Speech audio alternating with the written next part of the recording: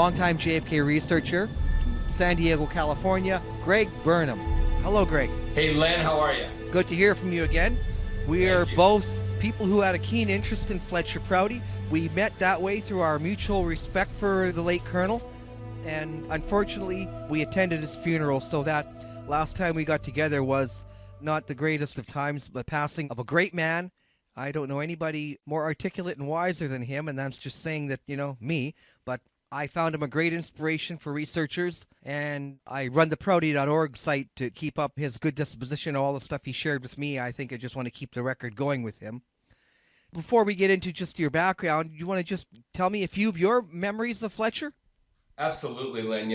I think that I haven't ever met anybody who was in a position so sensitive as the ones that Fletcher had been in, both at the Pentagon and in the Office of the Secretary of Defense, that spoke about those positions and spoke about what he heard, saw, and participated in detail and in a responsible manner to boot. So he just is set apart from anyone that I've ever met. And as it turns out, and I know that you've researched this as well as I have, there were things that Fletcher spoke about that at the time that he spoke about them, many times the proof wasn't always there because documents were still classified, or individuals may still have been alive that have been involved in the operations, and the code says that there are things that you don't say, names that you don't give, etc. But as time has passed, since Fletcher has passed away, even before he had passed away, as documents became declassified, well, it turned out that the things that he was saying were documented and were actually true. And it continues to happen to this day, that gradually, as more things come to light and are declassified, so far I have never had it turn out where, he was wrong, you can prove it for sure. Never had that. There are certainly some things still that, you don't have the exact proof, but he didn't seem to have any motivation to do that. He seemed to take you from the position that you were and bring you as far as you were able to go. And many times you'd have to go do your own homework and your own research so that you could be up to speed enough so that the information would make sense to you and that you wouldn't take it out of context, which was another very responsible thing. And you and I have met in person only one other time since Fletcher's passing, and that was here in San Diego up at the Encinitas conference with myself and Jim Fetzer and David Mantic and Noel Twyman when we had that conference. So I have seen you in person only once since Fletcher's funeral, and hopefully I'll see you soon, though. Right.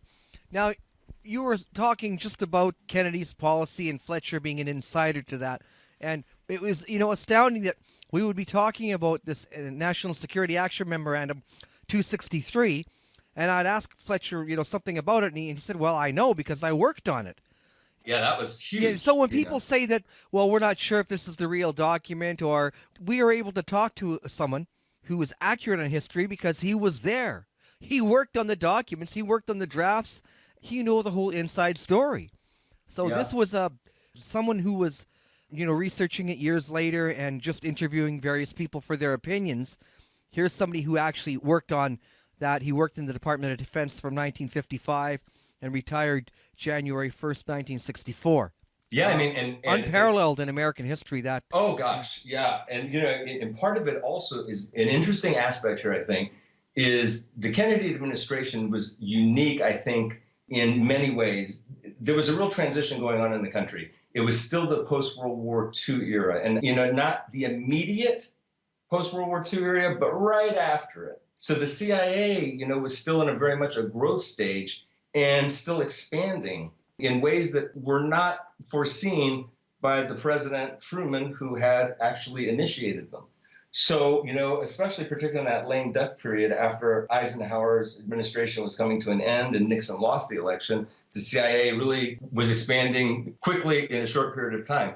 And, Prouty said this a lot, that the Kennedy team were very capable. He really did get very capable people around him, but they lacked experience. And what administration wouldn't? They lacked experience in those particular positions over the first few months, particularly when you had an agency that was a bit rogue at the time.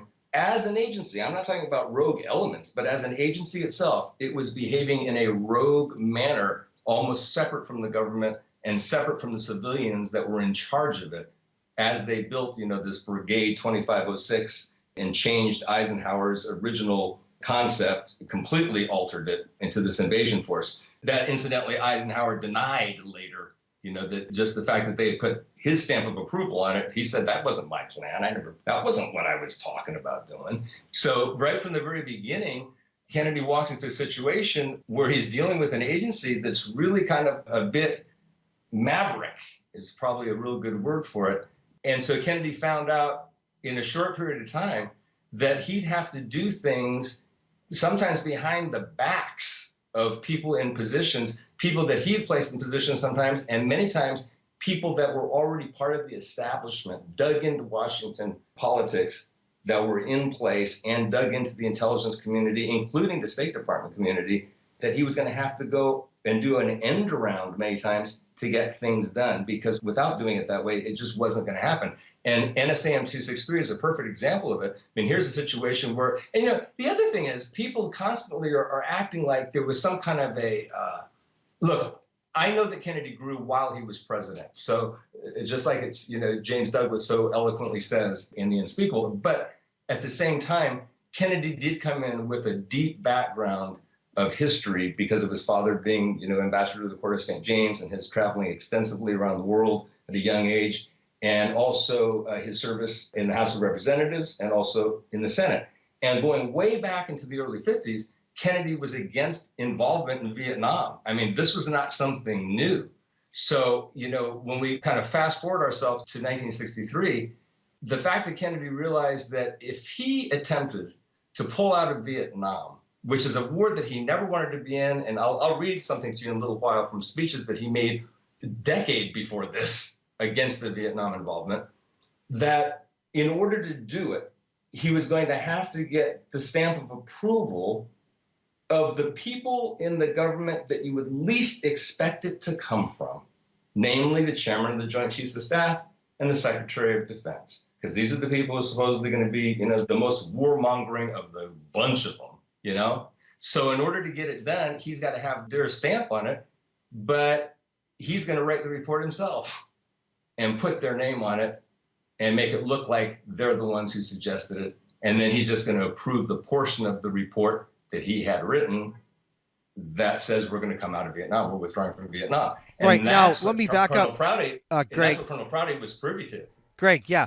Just for people that don't know what you're implying here, or not implying, but explaining, is that in this National Security Action Memorandum, which was actually the Taylor-McNamara trip report, Krulak went out there earlier, came back and made recommendations to Kennedy. He said, yeah, it's a lot worse than anybody's portraying. Let's send McNamara and Taylor out there. And Len, actually what happened was on September 6th, Krulak and Mendenhall was a Foreign Service officer from the State Department, and Krulak both went out. And when they came back, they both had their reports, and Kennedy made a comment, paraphrasing, he said, did you both visit the same country? Because Mendenhall's was very negative. He was basically saying that, oh my gosh, the war effort's going terribly over there, and they're going to need all kinds of help from us. And Krulak's was the opposite. Krulak was saying, no, we should be able to turn over to the Vietnamese the war effort because, they're being trained well, they're enthusiastic about it, and et cetera, et cetera. So then Krulak and Prouty together, under Kennedy's direction, began to write the McNamara-Taylor report that Kennedy was going to rely upon in order for him to sign, to write National Security Action Memorandum 263, ordering the withdrawal based on, ostensibly, the McNamara-Taylor report. McNamara-Taylor, then he sent on their own trip to Vietnam, and while they were gone, Krulak and his staff and Prouty, among others, wrote, and Prouty wrote probably more of it than any other individual. Is that correct, Len? If memory serves, Fletch told me. Yeah, but I just don't know what percentage and what. I know he said they had 16 secretaries that were working around the clock. But anyway, they worked on it, and what people may not realize that they just flew by jet to a back channel the report out to Hawaii so that McNamara and Taylor could read their report. Their trip was like for nothing. So they get the report delivered to them, and they're flying back on a plane to Washington, and they land in a helicopter to present the president with their findings, which they only found hours earlier, right? So Yeah. that was another reason that, some of these guys hated Kennedy, because he was going around behind the backs of these people and saying, I know you'll never write the report I want, so I'm Yes. going to write it for you. And here's the findings. And we're pulling out 1,000 troops, and everybody will be out by the end of 65. And, of course, another quote is that, I may be the most unpopular president at the time, but this is what needs to be done. And it would have saved millions of Asians and Laos, everywhere else, and at least 58,000. You know how conservative these things are. That is one of the most interesting parts of Colonel Prouty's career, in my view, is his participation in drawing up the documents that led to the Vietnam withdrawal policy from Kennedy. And it really does shed a lot of light, in my view, on what Kennedy was up against, being the commander-in-chief of the military and yet not being able to order them out without having so much backlash politically and even mutiny. I mean, there was, there could have been some form of a mutiny, which in fact was evident. Yeah, that happened 6 weeks later. Well, you mentioned the CIA earlier, and just imagine this. It's hard to really fathom, and I wonder how this got glossed over, but Eisenhower's farewell address, where he is warning America. I've been here for 8 years. I've gone through it all. And if you, subscribe to what Fletcher talks about, the U2 incident and the crusade for peace and the rug being pulled out of that for Eisenhower, here he is warning people. I know firsthand this thing is getting out of control. And, and let me interrupt you just for a second, too, because I think you bring up a good point. Eisenhower, an incredible president. I mean, the man was, first of all, he was a general in the Army, right? And he was the commander of the forces that invaded Normandy, right? This is the person who orchestrated the largest to date, even to this day, the largest amphibious assault successfully. You flash to the Bay of Pigs and you go, here's JFK, 4 months as the president, and the CIA is telling him that this is an Eisenhower plan.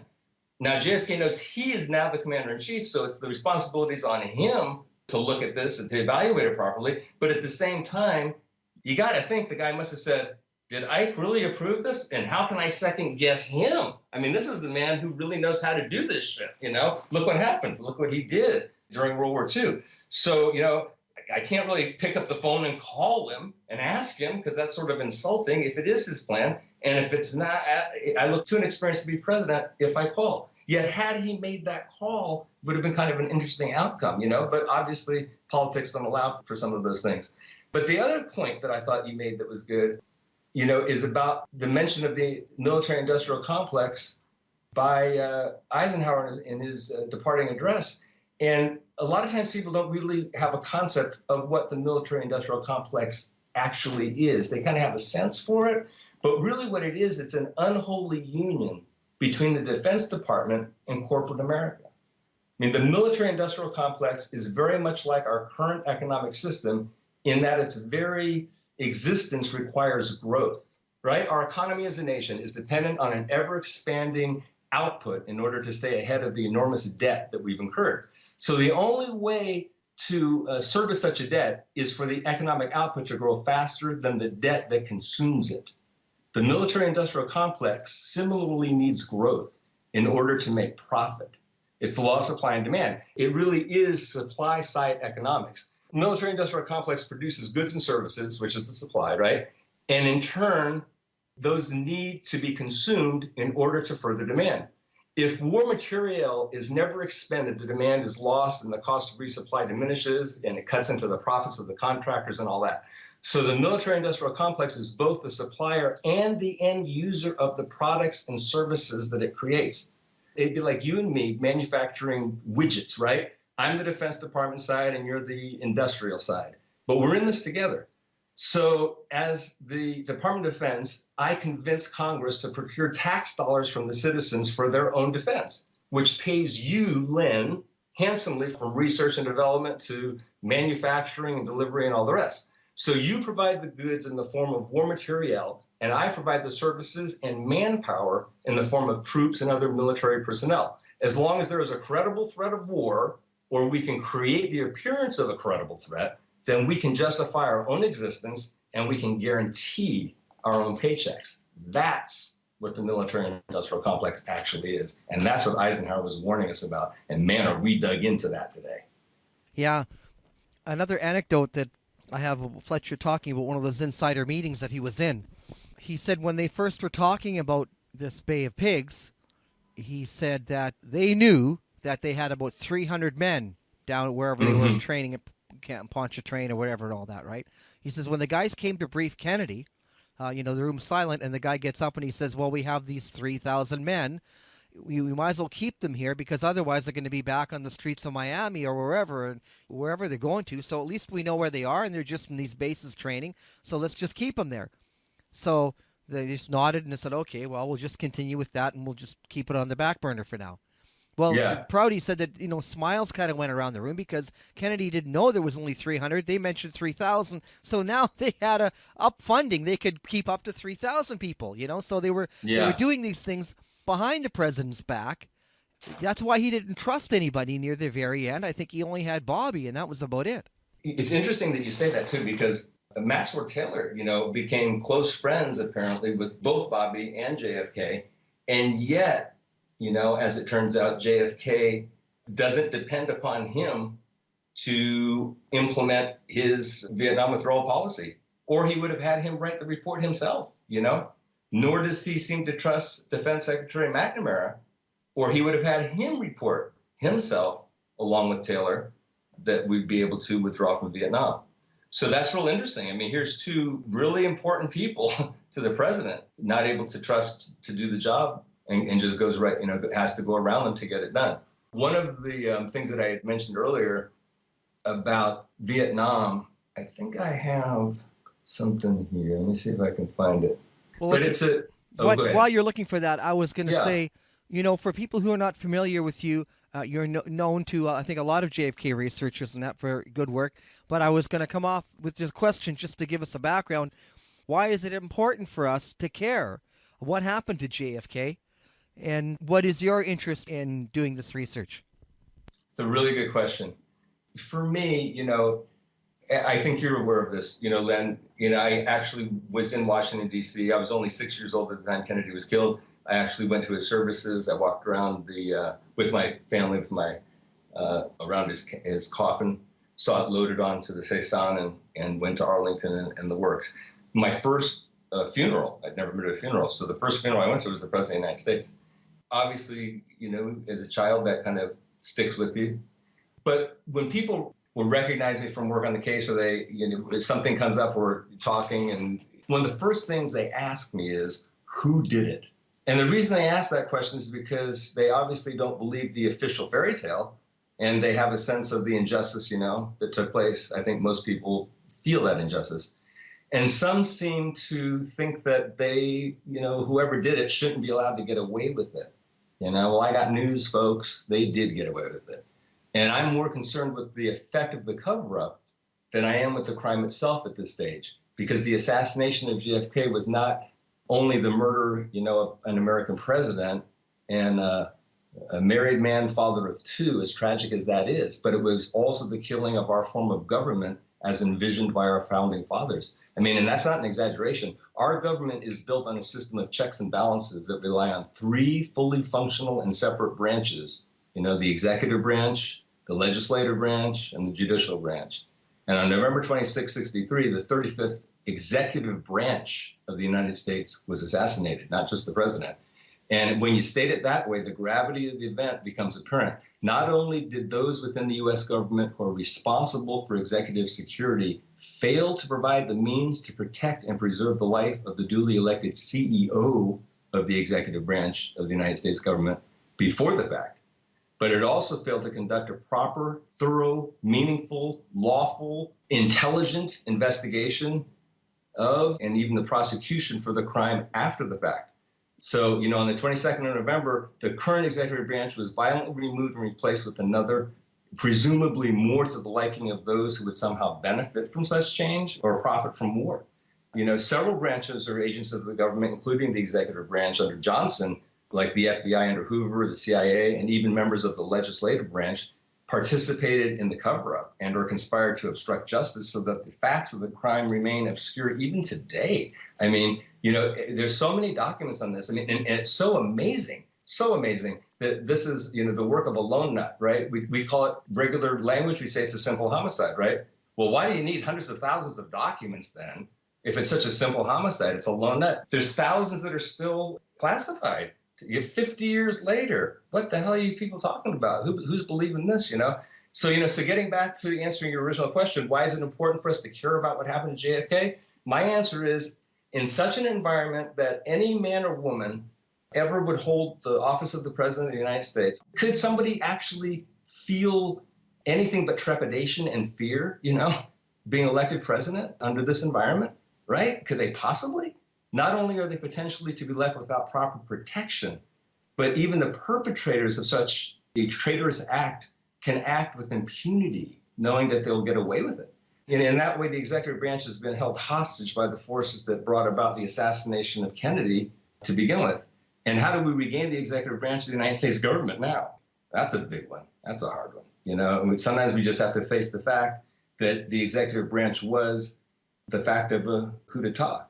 And it's not just, so much about the tragic loss of a man's life anymore. Now it's about the overthrow of a government that was duly elected by the people. That's why it's important today. It's not something from a long time ago that happened that has no effect on us today.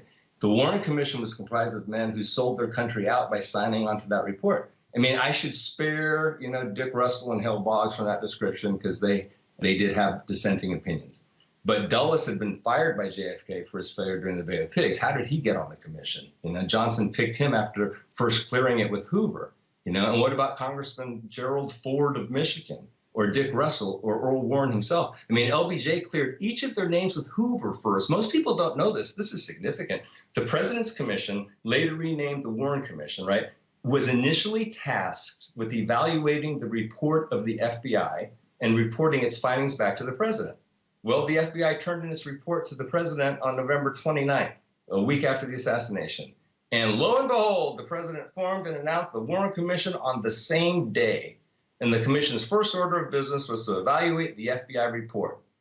So how insidious is it that the President first cleared the members of that commission with the man whose name appeared on the bottom of the report that they were supposed to be evaluating, J. Edgar Hoover? I mean, we've got the audio tapes from the Oval Office. He calls up Hoover and clears everybody with him. What do you think of Dick Russell? Would he be good? Oh, yeah, he's a good man.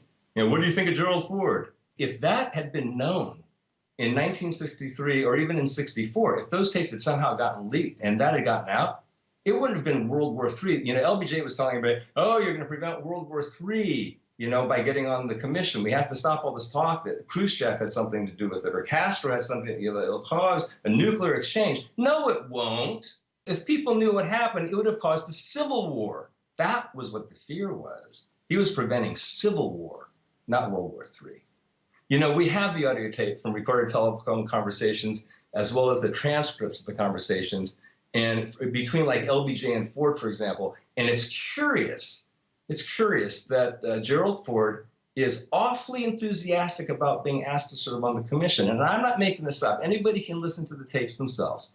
And he's the only one, by the way. All the rest of them, from Chief Justice Earl Warren to Senator Russell, who was a very close friend and mentor to LBJ, initially refused to serve on the President's Commission and only agreed to do it kicking and screaming, in resistance. I mean, LBJ browbeat Russell into it. And it's all it takes for anybody to hear. But in later interviews, Gerald Ford says that he didn't want to be on the commission. He says he was persuaded by LBJ's insistence. Well, if you listen to the tapes, he practically volunteers. There was no resistance whatsoever.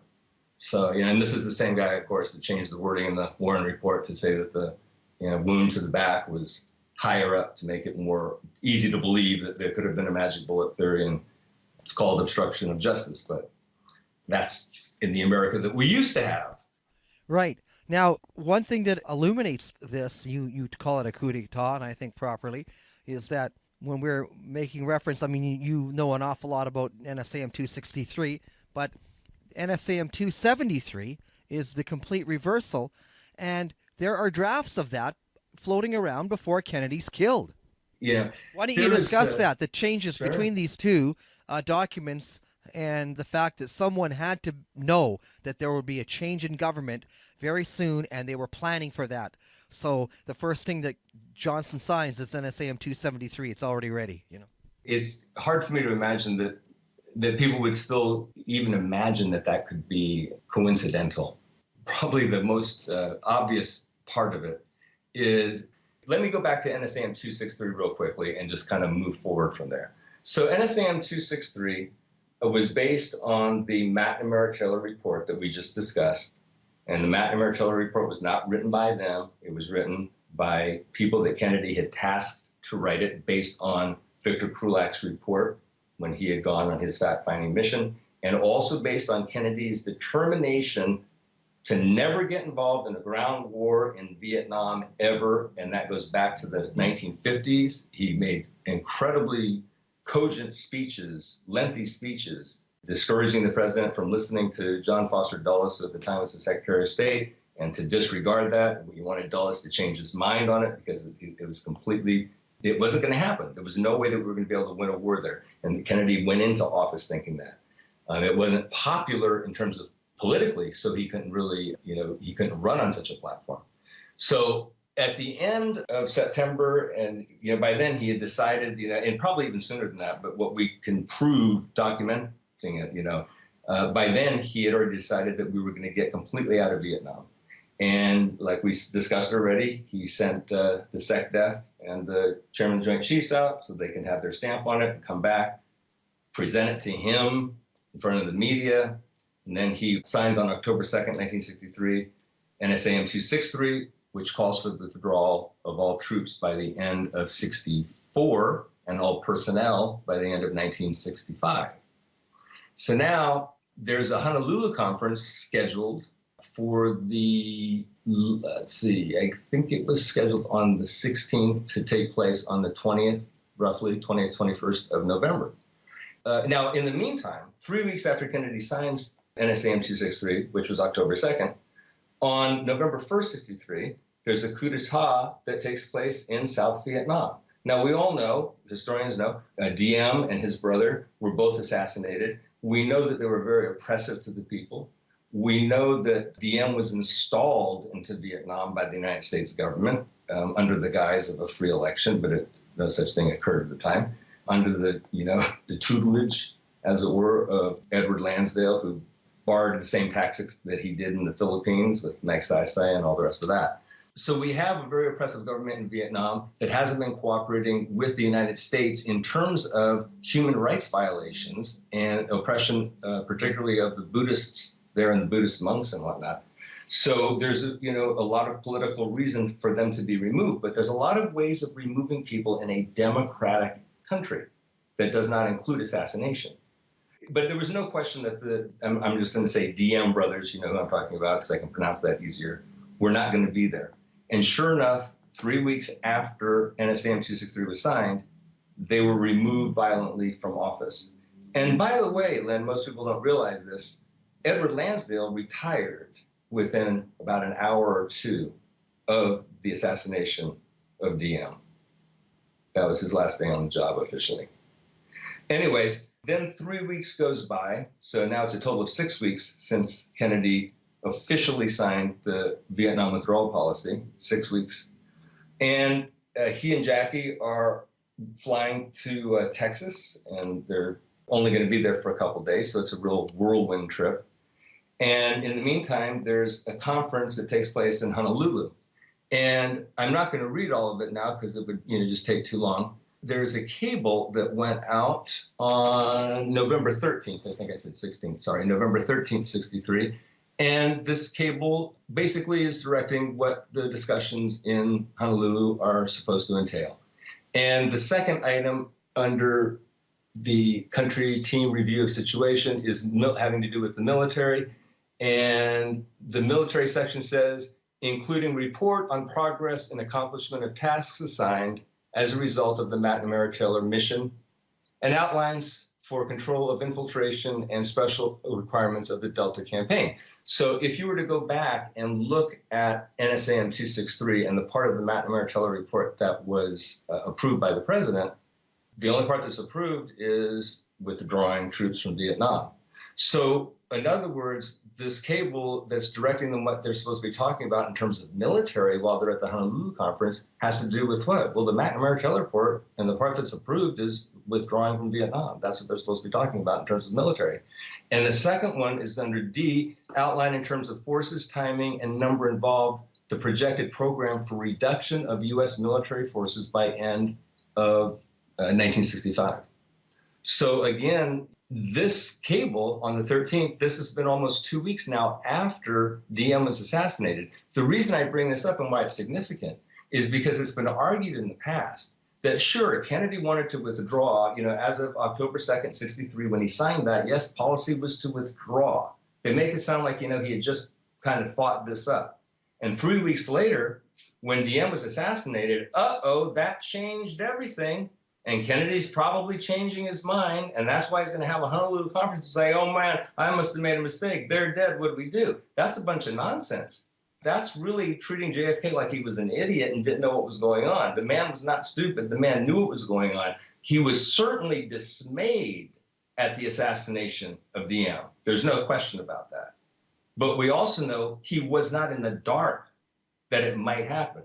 We also know he wasn't in the dark that they definitely were not going to last in office, however it happened. So he had made the decision to withdraw from Vietnam, no matter who was going to be in control of the Vietnam government. The withdrawal from Vietnam was not predicated on who was president of Vietnam. So this cable supports that notion, because this is after the assassination of DM had already occurred. There is no mention here that I want you to go back in there and reevaluate the McNamara-Taylor report to make sure that I didn't screw up and maybe we should stay, okay? There's nothing to the effect. I mean, I'm obviously overstating it, but there's nothing to the effect of that at all. Moreover, when you look at the content from the Honolulu conference, again, which took place on the 20th of November, the source that I used is the Foreign Relations of the United States, the State Department documents right on it. And there's 16 pages memorialized in the entire Foreign Relations of the United States volumes that have to do with that Honolulu conference. And there's only 3 paragraphs that have anything to do with talking about Vietnam. And there's no mention of escalating the war. There's no mention of, we think that we have to reevaluate this because the earlier estimates were based on the DM administration still being intact. And now that it's not intact, we have to rethink it. And we probably shouldn't pull out of Vietnam. There's none of that. And I've looked hard for it, and I can't find any indication from the Honolulu conference that there was anything to that effect. So now that brings us to the night, late afternoon and evening of November 21st, 63, which is the day after the conferences in Honolulu had ended.